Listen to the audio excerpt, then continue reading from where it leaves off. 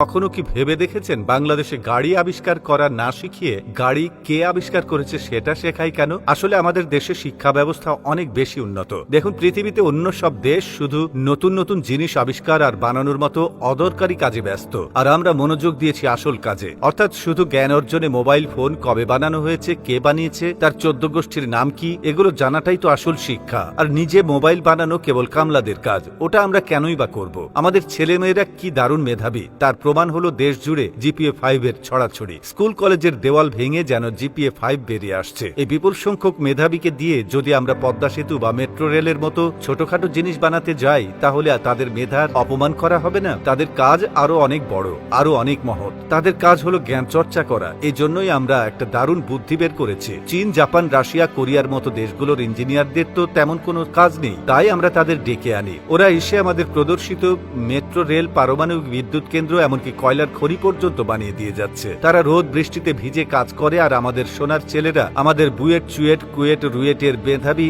ইঞ্জিনিয়াররা ঠান্ডা ঘরে বসে সেই জ্ঞান আহরণ করছে। এটাই স্মার্টনেস। ওরা বানাবে আর আমরা শিখবো। ভাবুন একবার, আমাদের ইঞ্জিনিয়ারদের কি পরিমাণ পড়তে হয়। পদ্মা সেতুর দৈর্ঘ্য কত, কিলোমিটারের মধ্যে পিলারের সংখ্যা কত, মেট্রো রেল ঘন্টায় কত কিলোমিটার বেগে চলে, কোন স্টেশনে কয়টা সিঁড়ি আছে, রূপপুর পারমাণবিক কেন্দ্রের চুল্লির উচ্চতা ঠিক কত ফুট, এসব কি আর চারটিখানি কথা? জাপানি ইঞ্জিনিয়ার হয়তো মেট্রো রেল বানাতে জানে, কিন্তু তাকে যদি জিজ্ঞেস করা হয় ঢাকার কোন কোন এলাকার উপর দিয়ে এটা গেছে, সে কি এটা মুখস্থ বলতে পারবে? পারবে না। কিন্তু আমাদের বিসিএস পরীক্ষার্থীরা পারবে। এটাই হলো জ্ঞানের গভীরতা। বিদেশি ইঞ্জিনিয়াররা কাজ করে তাদের দেশে ফিরে যায়, কিন্তু তাদের তৈরি করা স্থাপনাগুলো আমাদের জন্য জ্ঞানের এক অপরন্ত ভান্ডার হয়ে থাকে। আমাদের ইঞ্জিনিয়াররা তখন সেই জ্ঞান মুখস্থ করতে বসেন। বছরের পর বছর তারা এসব তথ্য মুখস্থ করে বিসিএস পরীক্ষায় খাতায় উগরে দেন। যার মুখস্থ বিদ্যা যত ধারালো, তিনি তত বড় কর্মকর্তা। দেশের সেবা করার এর চেয়ে ভালো উপায় আর কি হতে পারে? এদেশে একজন ইঞ্জিনিয়ারের কাজ তো ইট সিমেন্ট নিয়ে নয়, তার কাজ হলো ফাইল নিয়ে। আর ফাইলের ভেতরে তো আর ব্রিজ বা রাস্তা থাকে না, থাকে ব্রিজের দৈর্ঘ্য আর রাস্তার প্রস্থের হিসাব। এই চমৎকার ব্যবস্থার সবচেয়ে সুন্দর ফলাফলটা তো এখনো বলাই হয়নি। বিদেশি ইঞ্জিনিয়াররা কাজ করে, তাদের বিল নিয়ে চলে যায়,